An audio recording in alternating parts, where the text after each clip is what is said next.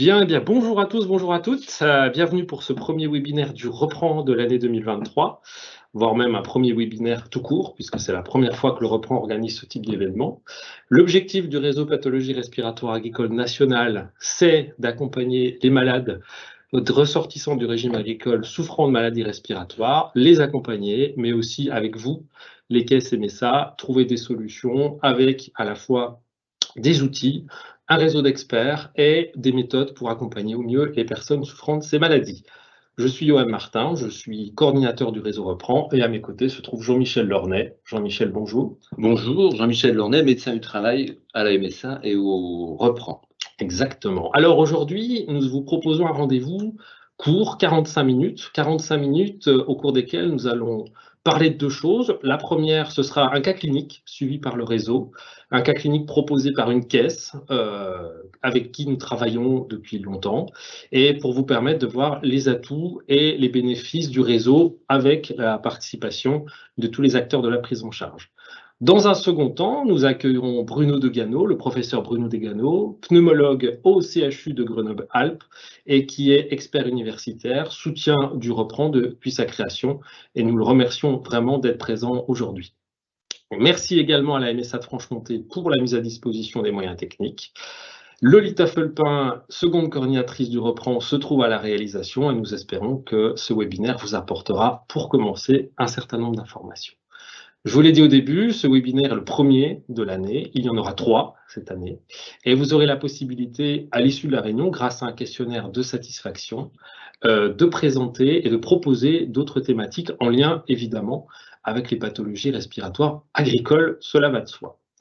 Nous vous souhaitons un bon premier webinaire. Et tout de suite, je passe la parole à Jean-Michel Lornay qui va nous parler d'un cas clinique suivi par le Reprend au cours de l'année 2022.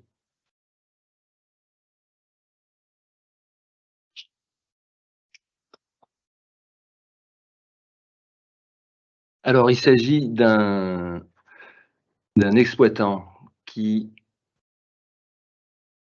on va vous parler de son contexte professionnel. Il s'agit d'un exploitant, comme je le disais tout de suite, qui est un homme de 35 ans environ, qui est installé sur son exploitation familiale et qui a succédé à ses parents depuis l'âge de 18 ans, dès la fin de ses études. On est sur une grosse exploitation puisqu'il s'agit d'une exploitation bovin-viande de 700 animaux. Donc c'est une grosse exploitation où on travaille à 3 en GAEX, le fils dont on va parler dans quelques minutes et les 2 parents qui sont un petit peu vieillissants malgré tout et qui, à l'époque des faits, c'est-à-dire l'année dernière, envisageaient leur départ progressif à la retraite. Voilà ce qu'on peut dire sur la situation professionnelle. Il a éleveur bovin viande et on a aussi un élevage de moutons et on a aussi une production de céréales à la fois pour l'autoconsommation des animaux et à la fois pour la vente. Donc déjà d'emblée, on peut dire que sur cette ferme-là, on manque pas de travail. Les journées sont longues et ce qu'on peut dire aussi à propos de cet exploitant, c'est qu'il est en bonne santé. Mais il est aussi chasseur, il est aussi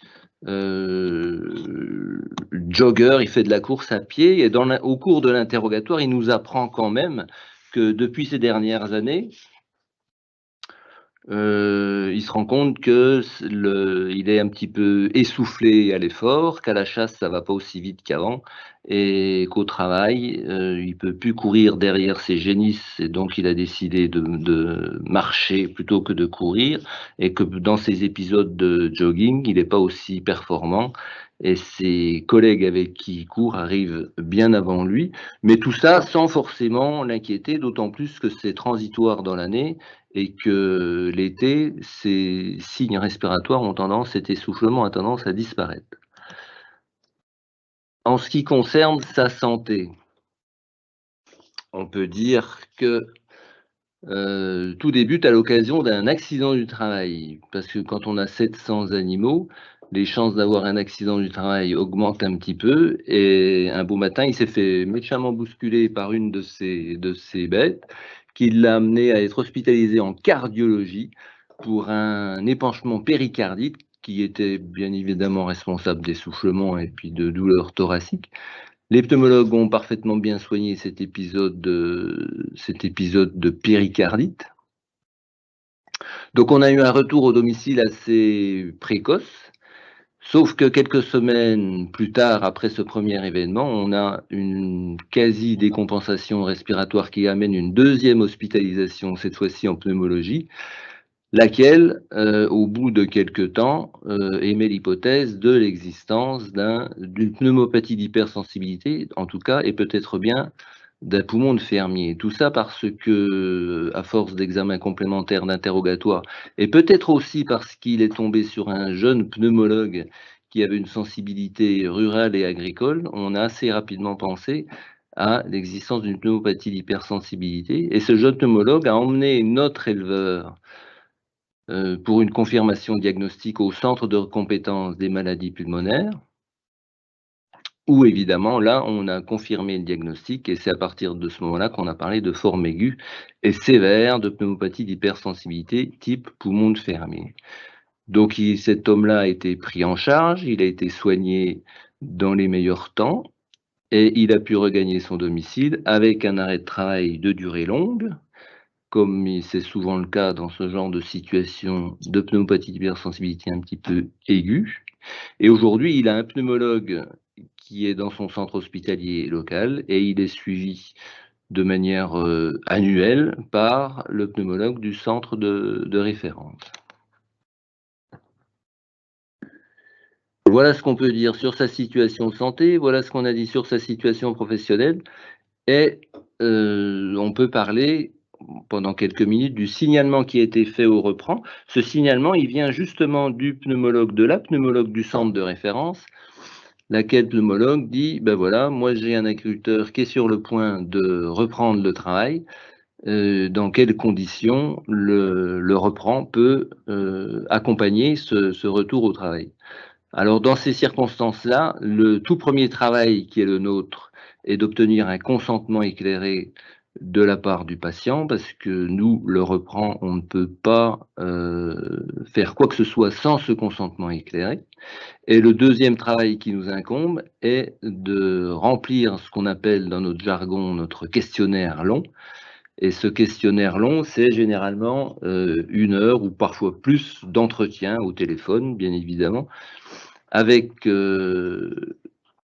la personne objet du signalement, en l'occurrence notre exploitant, pour recueillir, comme chaque fois qu'on le fait dans une consultation de médecine du travail, obtenir des éléments de contexte professionnel et des éléments de santé qui nous permettent de comprendre un petit peu la situation et d'être susceptibles de faire des préconisations professionnelles pour les années à venir.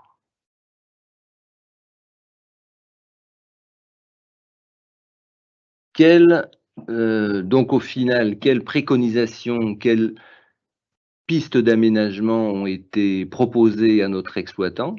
On vous propose ici, sous la terminologie démarche administrative, ce qui a été fait dans les mois qui ont suivi les 2 hospitalisations de notre exploitant, en particulier l'arrêt de travail long dont on parlait tout à l'heure, qui a permis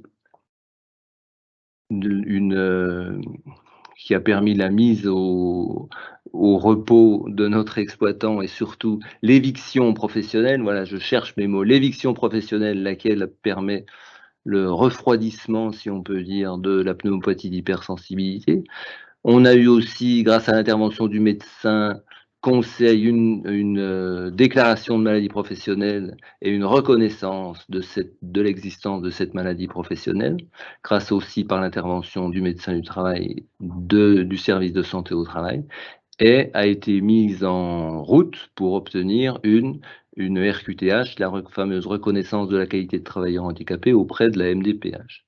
Voilà les quelques démarches dites administratives qui ont permis l'avancée de la prise en charge de notre exploitant. Ont été mis en place également des aménagements organisationnels, lesquels aménagements organisationnels ont permis le retour au travail et de pouvoir continuer de travailler dans des conditions de travail qui soient compatibles avec l'existence de la pneumopathie. en particulier de déplacer certaines séquences de travail pour mettre celles qui sont les plus empoussiérantes en dernière place chronologiquement dans l'exercice de toutes les tâches de travail de la matinée.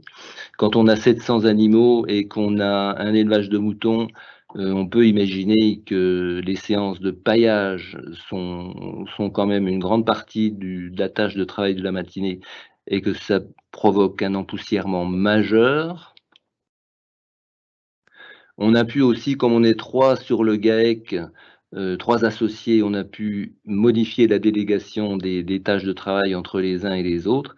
Et puis on a, bien évidemment, alors qu'avant même les événements médicaux qui nous intéressent, on pensait déjà sur cette exploitation, sur ce GAEC, au départ en retraite progressive des parents pour l'embauche d'un salarié. C'est un sujet qui a été remis d'actualité du fait des événements récents. Bien évidemment qu'après ces aménagements organisationnels, on a mis en place un certain nombre d'aménagements matériels. On peut citer parmi ceux qui ont été réalisés l'acquisition d'une cabine avec une filtration sur le tracteur qui est utilisé à la fois pour le paillage quotidien, à la fois pour faire les foins et à la fois pour les grandes cultures de céréales. On a aussi en projet cette fois-ci, parce que ça s'est pas encore réalisé à l'heure où on se parle, un système de paillage automatique et voire même d'un robot destiné à repousser les fourrages qui sont poussés en avant par les animaux pendant leur alimentation. Donc on a soit des aménagements réalisés, soit des projets d'aménagement qui sont des aménagements matériels et qui sont, de nature à pouvoir, garder notre exploitant au travail. On a aussi du point de vue de la ventilation des projets, cette fois-ci l'interlocuteur majeur de notre exploitant, c'est son vétérinaire, qui actuellement, on a des tests de nature comment on dit? De ventilation des poussières qui permettent d'imaginer quelle solution de ventilation on va pouvoir mettre en œuvre et il semble que sur cette exploitation, on est en projet des ventilations, par le fêtage et qui soient naturelles et qui soient pas mécaniques. Bien évidemment que dans tous ces aménagements, qu'ils soient matériels, qu'ils soient organisationnels, le service de santé au travail de la MSA locale a sa part d'intervention, sa part de travail à jouer, en particulier par la visite des locaux de travail et en particulier par l'évocation de toutes les solutions qui puissent être imaginées pour ne retenir que celles qui seront réellement mises en jeu parce que va y arriver un moment où on va passer par le service Cap Emploi et les aides de la GFIP à travers ou en tout cas un plan de financement de ces différentes aides matérielles, voire aides humaines. On a aussi mis en place, comme vous pouvez le lire, des équipements de protection individuelle. On a convaincu notre exploitant que les masques chirurgicaux n'étaient pas forcément la meilleure protection individuelle qu'il puisse imaginer. Et nous lui avons proposé le port de masque FFP2, alors même que lui, de son côté, s'est procuré un demi-masque à cartouche qu'il utilise pour les tâches de travail les plus empoussiérantes. Elle le reprend, n'a même pas eu besoin de lui proposer ces masques à cartouche. Pourtant, on en a un certain nombre à disposition, mais c'est lui qui a été le premier à être conscient de la nécessité de ce masque-là pour les tâches les plus empoussiérantes. Voilà ce qu'on peut dire sur cette situation, à la fois sur la situation médicale, professionnelle et sur les aménagements qui ont pu être mis en place. Ces aménagements, moi, il y a 2 commentaires qui me viennent à l'esprit par rapport à cette situation. Le premier, c'est la réalité, mais ça Bruno nous en dira peut-être plus dans les minutes qui viennent, la réalité de ce temps long de ce retard entre le moment où apparaissent les premiers signes respiratoires qui malheureusement sont banaux, un petit peu d'essoufflement, un petit peu de tout, et le moment du diagnostic, le moment du premier épisode aigu du poumon de fermier. Et s'il y a des efforts, des améliorations qu'on peut imaginer et qu'on peut attendre dans les mois, dans les années qui viennent, c'est bien sur ce retard diagnostique. Et puis le deuxième élément qu'on peut mettre en avant sur ce sujet-là, qui nous intéresse, c'est le fait que quand on est plusieurs à intervenir sur une situation de travail, et là on se rend compte que le service SST est intervenu, le médecin conseil, la GFIP, les cap emploi locaux, on travaille certainement mieux, probablement mieux, mais en tout cas certainement plus vite et de manière plus globale. Et c'est là que tout l'intérêt du reprend devient évident. Bien, merci beaucoup Jean-Michel pour cette explication rapide, 10 minutes, on s'était fixé un cadre hyper précis. Ce que je n'ai pas dit au début de ce webinaire, c'est que vous avez évidemment la possibilité de poser des questions dans le chat. Lolita est derrière l'écran pour y répondre et on prendra le temps à la fin, 5 minutes, de prendre certaines d'entre elles pour pouvoir y répondre et vous amener de l'information, sachant qu'on peut ensuite également aussi revenir vers vous. Eh ben, je vous propose tout de suite d'aller vers Grenoble où il n'y a a priori pas de neige, mais où nous avons un pneumologue, en l'occurrence avec Bruno De Gano, qui nous attend et qui va pouvoir nous parler un petit peu plus de PHS et de BPCO, en tout cas l'actualité et la contextualisation autour du risque respiratoire agricole. Bruno, c'est à toi. Merci et bravo. Je ne sais pas si vous m'entendez. Tout va bien. Oui ou non? Ouais. Est-ce que vous voyez ma présentation? Oui ou non? Nous la voyons, Bruno, et c'est à toi, tu peux y aller. Oui, donc est-ce que vous voyez ma présentation? C'était ma question. Oui, nous la voyons très bien.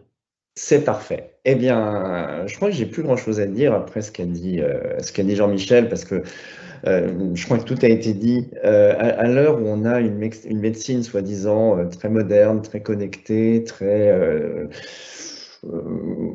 avec énormément de moyens soi-disant complémentaires de l'examen clinique.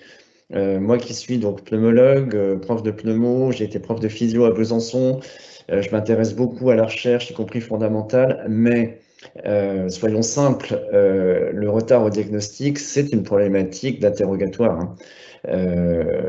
Pour une petite anecdote, malgré mon grand âge, je continue à faire des gardes d'urgence de mon CHU.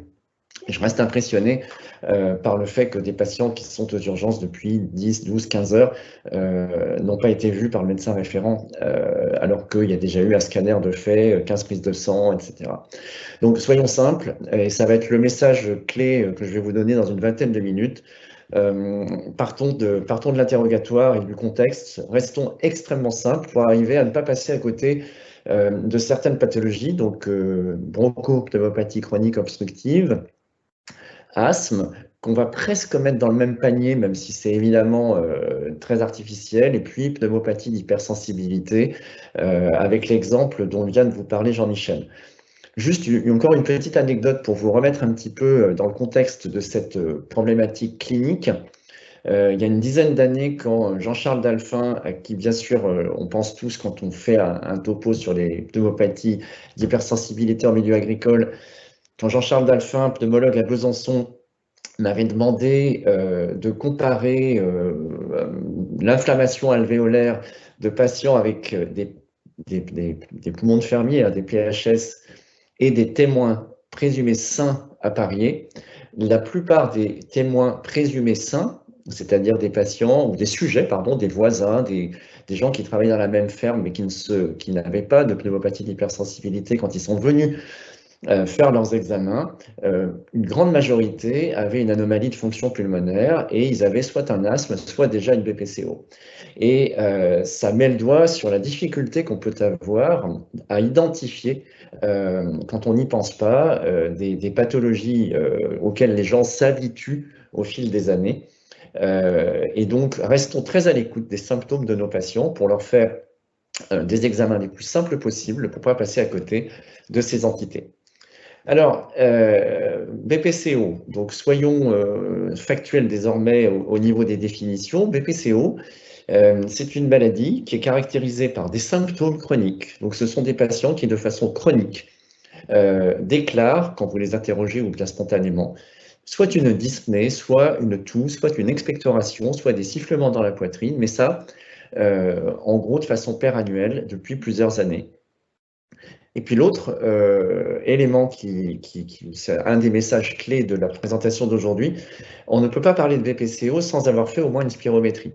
Donc un trouble ventilatoire obstructif sur une spirométrie est nécessaire à mettre en évidence pour parler de BPCO. Donc, vous voyez bien, on interroge nos patients, puis on va voir après lesquels parmi ces patients on va pouvoir soumettre à une spirométrie. En milieu agricole, le développement, c'est quelque chose, c'est un processus long, hein, le développement d'une BPCO. Ben, ça concerne un certain nombre de milieux. Alors, on considère que les personnes très empoussiérées, travaillant dans des silos, peuvent avoir des BPCO, peu importe, mais le niveau de preuve n'est pas extraordinaire. Par contre, un niveau de preuve plus élevé dans le milieu d'élevage confiné, porc, volaille, ça c'est assez clair. Dans certains milieux de production laitière, et je vous le redirai, on a bien montré que ça dépendait de l'empoussiérage en fait. Hein. Lorsque c'est très industrialisé, la production laitière, il y a très peu de BPCO, alors qu'à l'inverse, dans des activités agricoles plus traditionnelles avec beaucoup d'exposition, eh bien, il y a davantage de BPCO. Quelle est la durée significative de l'exposition? On n'en sait rien. Probablement pour quelque chose de chronique et de non réversible qui définit la BPCO, probablement une vingtaine d'années.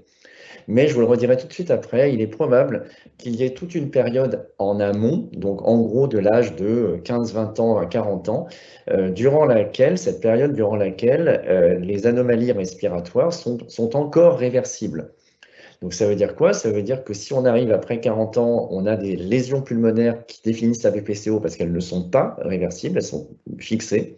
Alors que si on arrive à détecter les choses avant, on est probablement dans une continuité entre quelque chose qui est réversible comme un asthme et en aval de ça, quelque chose qui ne l'est plus comme une BPCO. Je vous le dis, hein, je vous le redis ici, les symptômes, c'est dyspnée. Il faut bien sûr envisager les 3 diagnostics dont on a parlé en amont, donc asthme, BPCO et PHS d'entrée, et on ne parlera de BPCO que lorsqu'on aura éliminé de façon formelle le diagnostic de poumon de fermier, donc de pneumopathie d'hypersensibilité. BPCO, ça reste assez complexe parce que la BPCO, ça mélange, je vous ai dit, hein, symptômes chroniques, obstruction chronique, mais au niveau des symptômes, c'est un peu une sorte de syndrome avec un peu de bronchite chronique, un peu pour certains, pas pour d'autres, de l'emphysème pour certains, mais pas pour d'autres, un antécédent d'asthme pour à peu près un tiers d'entre eux, mais pas pour d'autres, etc. Donc, la BPCO, c'est pas la jambe cassée, hein. C'est beaucoup plus complexe puisque c'est encore une fois syndromique et il faut être assez ouvert a priori pour avoir la bonne conduite à tenir, c'est-à-dire interroger nos patients et leur faire une spirométrie sans s'arrêter forcément à des choses trop simples. Alors, l'histoire des symptômes. Regardez, on s'attarde, je vais essayer de ne pas dépasser mon temps de parole, mais on s'attarde 2 secondes là-dessus. Regardez, la phrase est un peu longue. Moins de 50% des sujets symptomatiques avec exposition significative à des gaz ou particules toxiques, typiquement quelqu'un qui serait comme le patient dont a parlé Jean-Michel tout à l'heure, symptomatique. Donc, il y en a parmi des personnes exposées pendant une vingtaine d'années à un empoussiérage important et qui ont des symptômes, hein, qui vous disent « je tousse, je crache, je suis essoufflé », il y en a moins de 50% qui ont une obstruction bronchique persistante. Ça veut dire qu'il y en a certains qui n'auront qu'une bronchite chronique simple, sans PHS, sans asthme, sans BPCO, c'est simplement une bronchite chronique.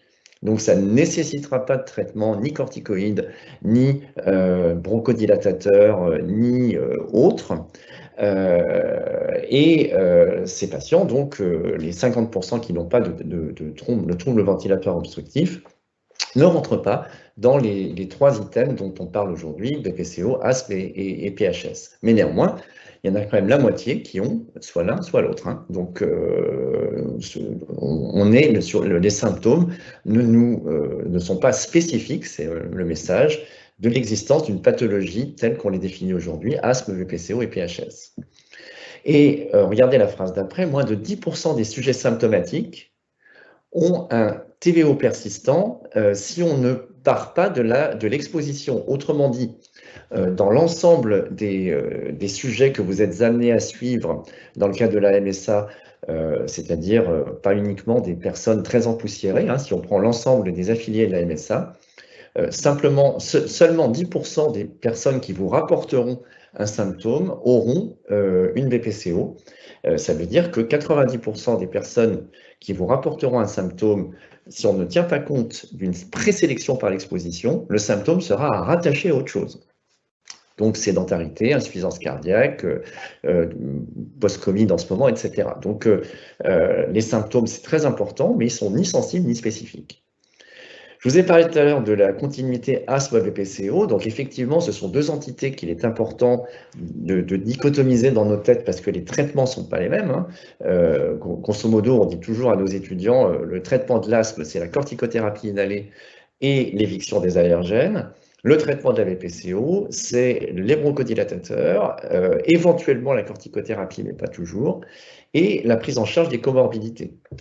Grosso modo, les asthmatiques sont un peu plus jeunes que les BPCO, mais la problématique, surtout en milieu agricole, c'est cette fameuse hypothèse néerlandaise, hein, qui consiste à dire qu'il y a probablement une continuité et que quand on arrive avant 40-45 ans, on a un phénotype d'asthme, c'est-à-dire des symptômes chroniques variables dans le temps qui sont complètement réversibles si on traite, alors que quand on arrive trop tard, eh bien, on a une sorte de bronchite fixée avec une obstruction qui n'est plus réversible et on a un phénotype BPCO par définition. De nombreux aérocontaminants professionnels en milieu agricole ont des propriétés allergisantes, ce qui corrobore un petit peu ce que j'ai dit juste avant. Et puis, voilà, la dernière phrase, on l'a déjà dit tout à l'heure, il y a probablement une continuité entre les deux. Donc, soyons à l'écoute en milieu agricole des symptômes de nos patients. Quand ils nous racontent quelque chose qui nous évoque un asthme, hein, une toux qui réveille la nuit avec des sifflements dans la poitrine, des symptômes variables en fonction de l'exposition, ça peut évoquer un asthme, tout comme ça peut évoquer une PHS d'ailleurs, hein, on en reparlera un petit peu après. Et puis quand les symptômes sont beaucoup plus pérennes, malheureusement, on est peut-être déjà dans le cadre d'une BPCO. Dans les 2 cas, c'est la spirométrie qui nous dira s'il y a une réversibilité ou pas.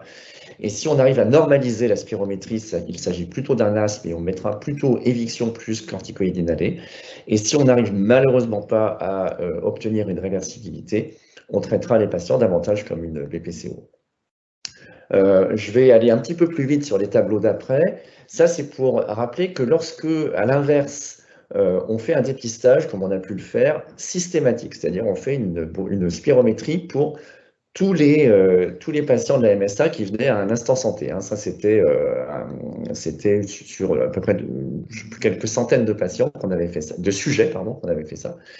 Et certains de ces sujets ont simplement un trouble ventilatoire obstructif sans symptômes.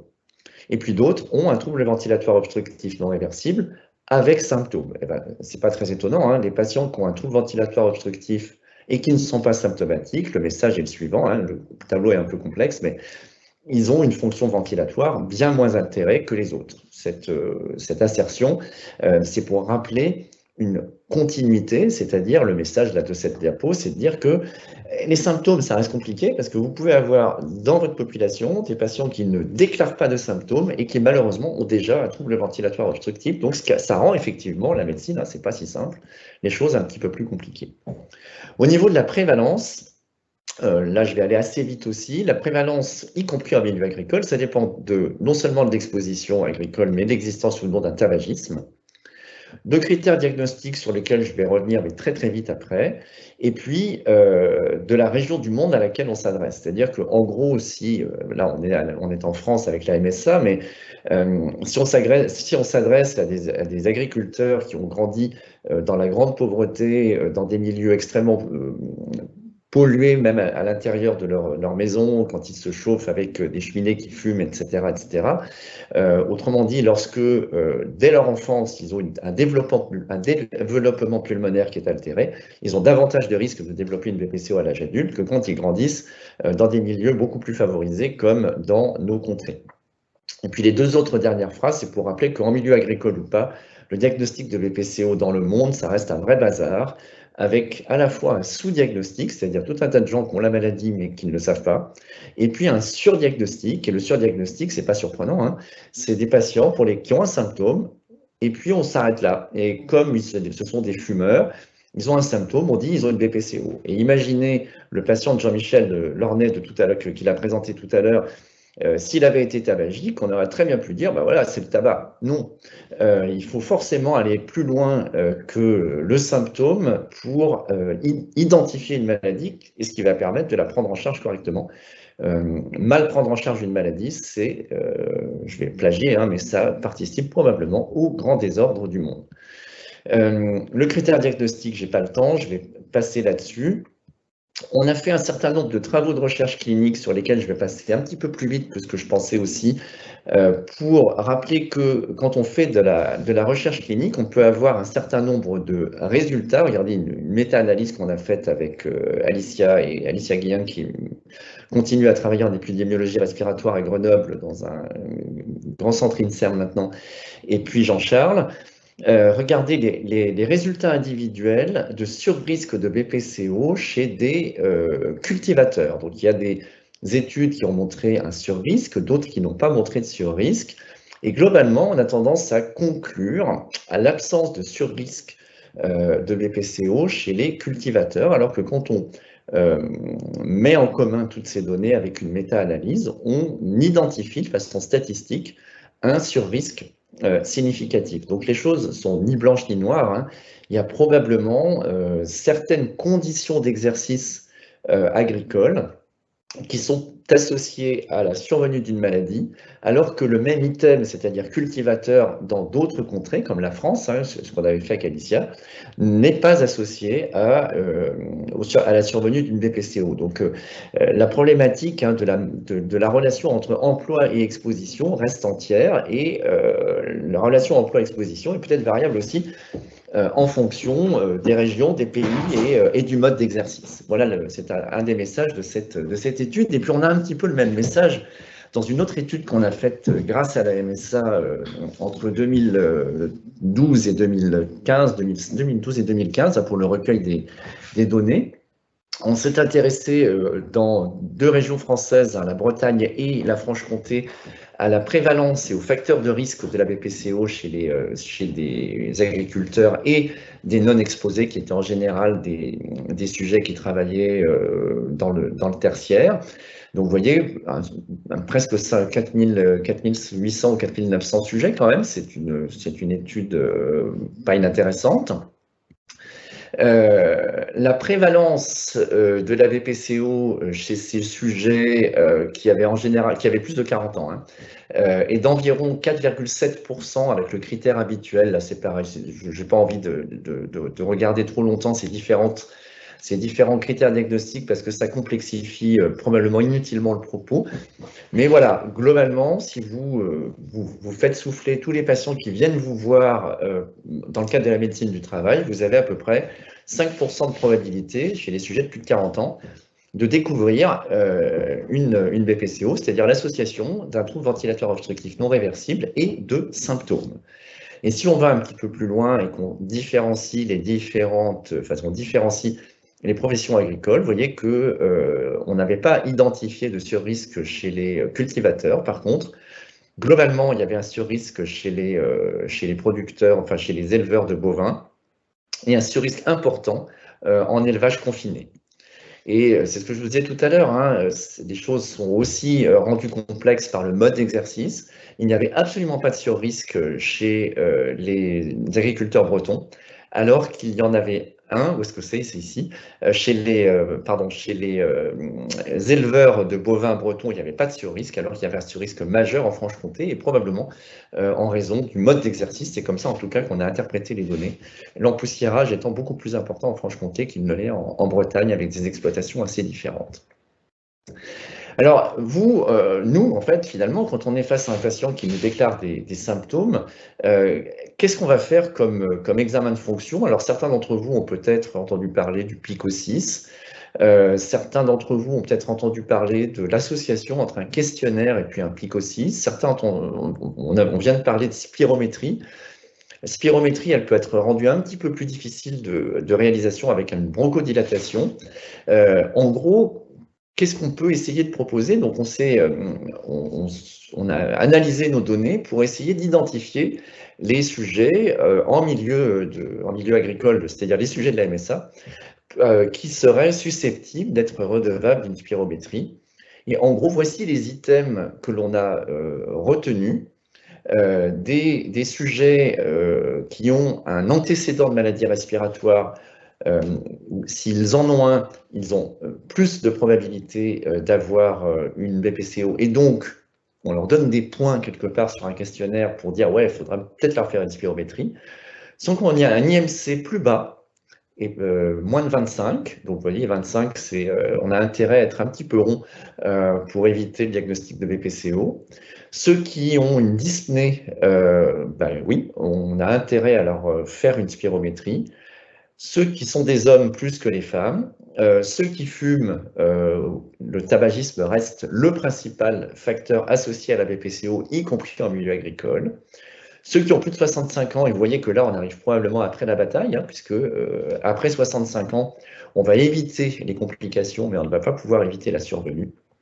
Et puis, quand on a l'idée que ces patients sont exposés, soit parce qu'ils ont un métier à risque, soit parce qu'ils vous racontent un empoussiérage. Voilà pour l'exemple. Voilà ce que ça peut donner. Si vous avez un homme de 60 ans, producteur laitier, donc exposé, non fumeur, avec un IMC à 27, un antécédent de maladie respiratoire et dyspnéique, vous voyez ce qu'on donne comme point. Donc, il a un antécédent, il a un IMC sympathique. Il a une dyspnée, c'est un homme, il n'a jamais fumé, il a entre 55 et 64 ans, il a un métier à risque, donc producteur laitier, et le score qu'il a, donc 200 points, est associé avec le fait de devoir faire une spirométrie. Voilà comment on lit ce genre de nomogramme.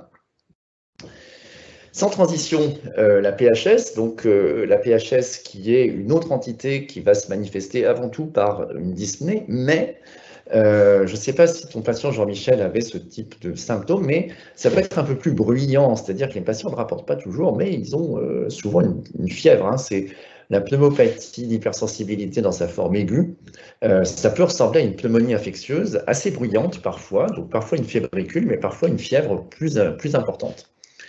Et grosso modo, on a intérêt à l'identifier lorsque la forme est aiguë, puisque c'est là où les choses sont réversibles, potentiellement complètement résolutives, alors que les formes chroniques, et vous voyez, chronique, c'est 6 mois, 6 mois, c'est rien. La réversibilité est moins acquise et le risque de progression existe. Et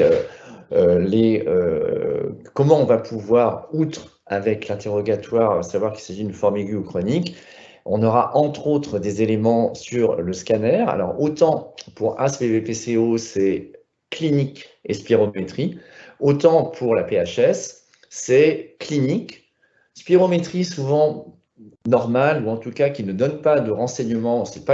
Quand on a une spirométrie anormale dans la PHS, c'est rarement une obstruction, c'est parfois une restriction. Et quand on a une suspicion de pneumopathie d'hypersensibilité, on ne s'arrête en aucun cas à la spirométrie, on fait un examen d'imagerie. C'est le scanner qui nous donne la réponse. Et sur le scanner, dans la PHS, on va voir des images d'inflammation, donc en vert dépoli, au niveau des lobes supérieurs. On va voir une hétérogénéité de l'atteinte, ce qu'on appelle une atteinte en mosaïque. On va voir des nodules centrolobulaires. Ça veut dire quoi? Ça veut simplement dire qu'en centrolobulaire, au niveau du centre du lobule, c'est la bronche qui arrive. Et comme les antigènes arrivent par la bronche, il y a des nodules au niveau du centre de la bronche. Si on regarde un schéma que je trouve vraiment très bien, voici un lobule qui est ici, que j'essaie d'entourer. Je ne sais pas si vous voyez ma flèche. un lobule pulmonaire. Au centre du lobule, il y a le couple habituel, donc bronche et artère qui arrive. La bronche qui est représentée ici en beige, c'est par la bronche qu'arrive l'antigène. Et donc, c'est au centre du lobule que les ennuis vont commencer. Donc, les opacités sur le scanner, elles seront évidemment centrolobulaires parce qu'elles touchent la bronche. Et puis, lorsque l'antigène va diffuser en aval du lobule, enfin en aval de la bronche, pardon, c'est-à-dire dans l'ensemble du lobule, on va avoir tout le lobule qui va être blanc puisqu'il est enflammé. Et ça va être hétérogène parce qu'il y a certaines bronches qui sont touchées alors que la bronche d'à côté, elle l'est moins. Et l'inflammation interstitielle, bon, peu importe, je passe trop vite, mais il y a parfois quelques petites, des choses un petit peu plus frustes. L'inflammation est globale et donc on a ce qu'on appelle un aspect en verre dépoli, c'est-à-dire que le poumon n'est pas aussi noir qu'on aimerait, il y a un peu d'inflammation partout et donc il apparaît un peu blanchâtre. L'œil du radiologue en général arrive à le discerner. Et quand on arrive un petit peu plus tard, malheureusement, avec des formes déjà chroniques, au stade d'une pneumopathie interstitielle diffuse, donc là, on arrive après la bataille, après 6 mois, on a déjà quelques images séquelaires, hein, je vais en venir en amont. Séquelaire, ça veut dire quoi? Ça veut dire que ce truc aigu a duré suffisamment longtemps pour générer de la fibrose et générer un épaississement de toutes ces choses aiguës qui deviennent finalement non réversibles. Eh bien, lorsque les choses sont typiques, on sait qu'il s'agit d'une PHS, donc vous aurez à votre disposition, pour ceux que ça intéresse, toutes les diapos que j'ai faites, évidemment. Et lorsque les choses sont un petit peu moins évidentes, et vous voyez que le nombre de cas moins évidents est beaucoup plus important que le nombre de cas évidents, eh bien, il est recommandé, y compris en 2023, d'avoir recours à une biopsie pulmonaire. Vous voyez, c'est pas rien, hein, pour s'assurer qu'on ne dit pas de bêtises et qu'il s'agit réellement d'une PHS et pas d'une autre pneumopathie interstitielle diffuse dont le traitement pourrait être différent. Parce que la pneumopathie interstitielle, c'est-à-dire que quand on arrive tard et qu'on voit un patient avec une fibrose pulmonaire en clair, il est important de savoir si c'est une PHS ou si c'est autre chose, parce que là encore, le traitement va être différent dans les deux cas et va conditionner le pronostic de nos patients. Donc, quelques images pour terminer.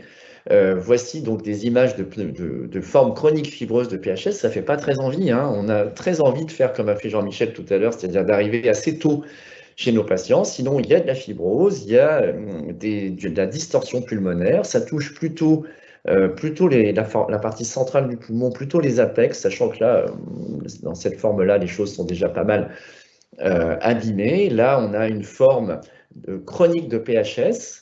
Et puis, j'ai mis à côté une forme de ce qu'on appelle une fibrose pulmonaire idiopathique. Et vous voyez que ça ressemble quand même, hein. Je ne dis pas que c'est la même chose, parce que là, on a davantage d'atteinte des parties postérieures.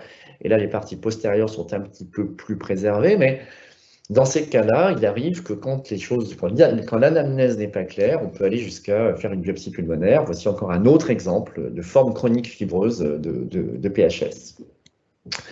Donc, en guise de conclusion, je vais rester encore une fois très médecin, hein, il faut s'acharner à expliquer un symptôme. Donc, le rechercher, bien sûr, mais ça, c'est notre taf, hein, en tant que médecin, que ce soit médecin du travail ou pneumologue, c'est arriver à faire cracher au patient tout ce qu'il vit, y compris des symptômes respiratoires. Et si le patient déclare après l'interrogatoire dyspnée, toux, expectoration, fièvre récurrente, il faut absolument expliquer ce symptôme, en particulier en milieu agricole. Et je vous rappelle, hein, évidemment, c'est qu'un mauvais diagnostic, c'est associé à une perte de chance. Et ça, là-dessus, on est très clair. BPCO et PHS, ce sont deux entités qui sont spécifiquement associées à la profession d'agriculteur. Mais rappelons-nous que l'asthme est une maladie fréquente et que la BPCO des agriculteurs, c'est probablement un continuum d'un asthme qui a débuté plus jeune dans la vie. Donc là encore, hein, même si la BPCO, on va y penser chez les personnes en gros plus de 40 ans, et on va le redouter puisque par définition, c'est pas réversible, n'oublions pas qu'elle peut être précédée d'un asthme, chez les sujets plus jeunes. Et puis, finalement, hein, la spirométrie, c'est indispensable pour identifier la BPCO, mais elle est souvent moins utile pour l'asthme. L'asthme, c'est avant tout une histoire, c'est une anamnèse. Et la spirométrie est très rarement pertinente pour la PHS. Pour la PHS, c'est l'imagerie. Et ben voilà, j'ai fini.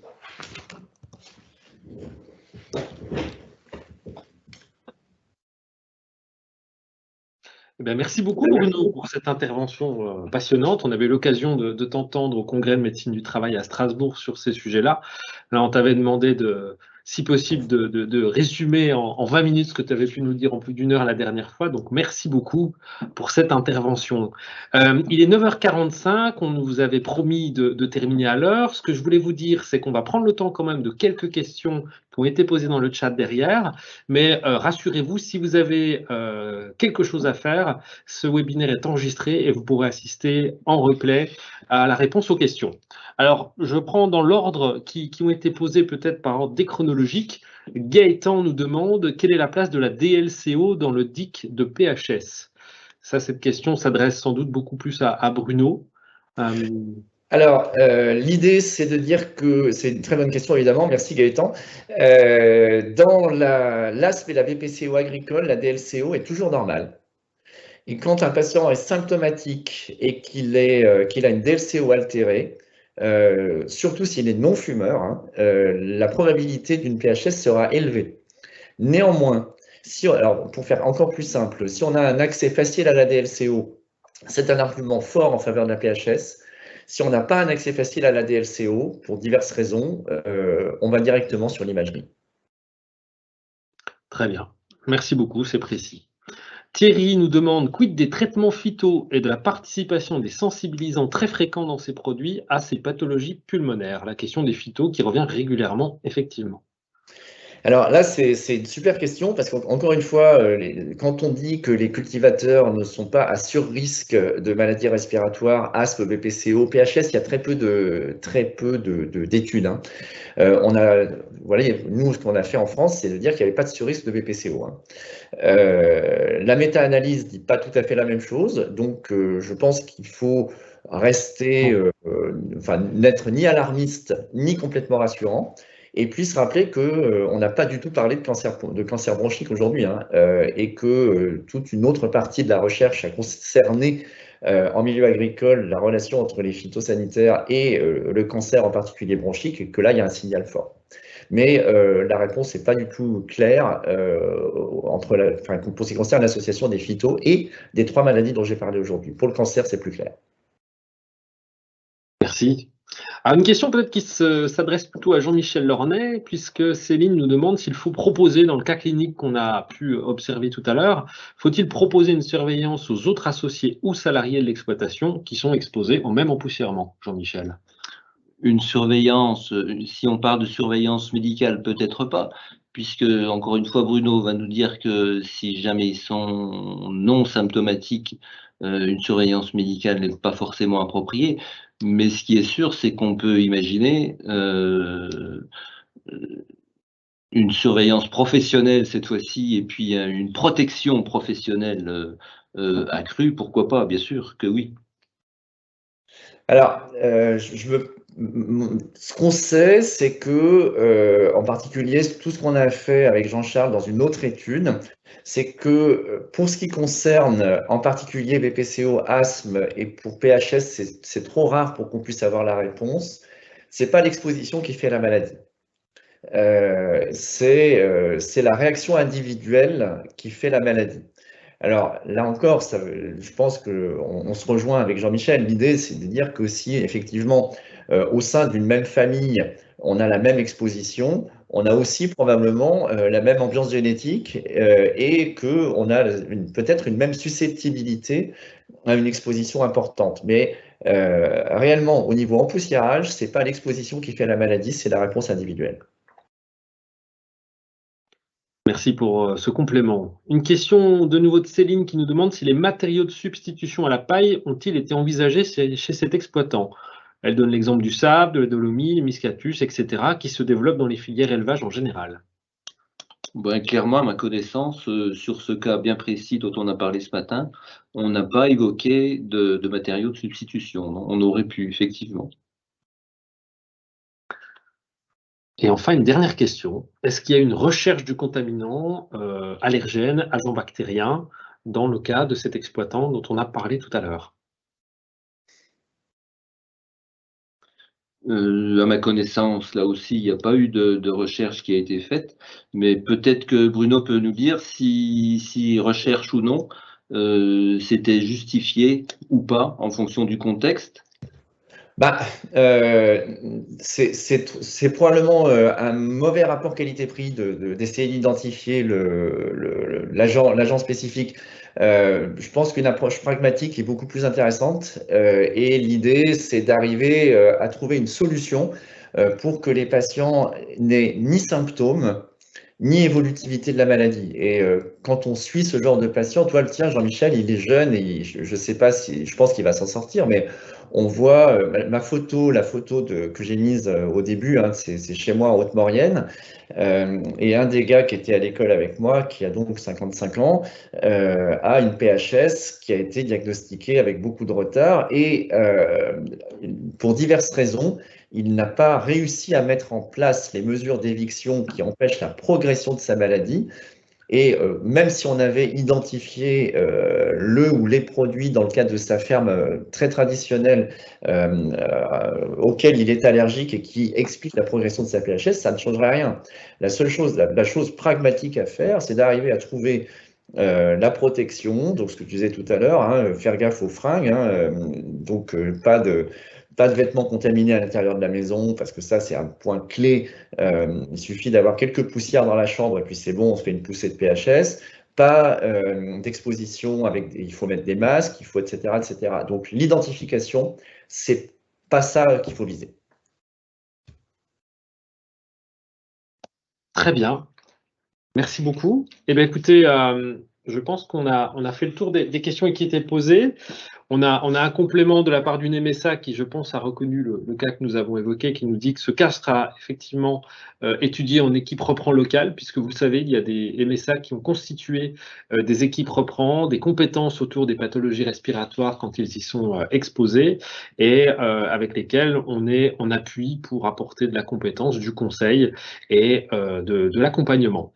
Je lis un dernier commentaire qui dit « Bravo messieurs », je me permets de le corriger, puisqu'on peut dire « Bravo messieurs, dames », puisque Lolita, qui n'apparaît pas à l'écran, est celle qui a réalisé ce premier webinaire.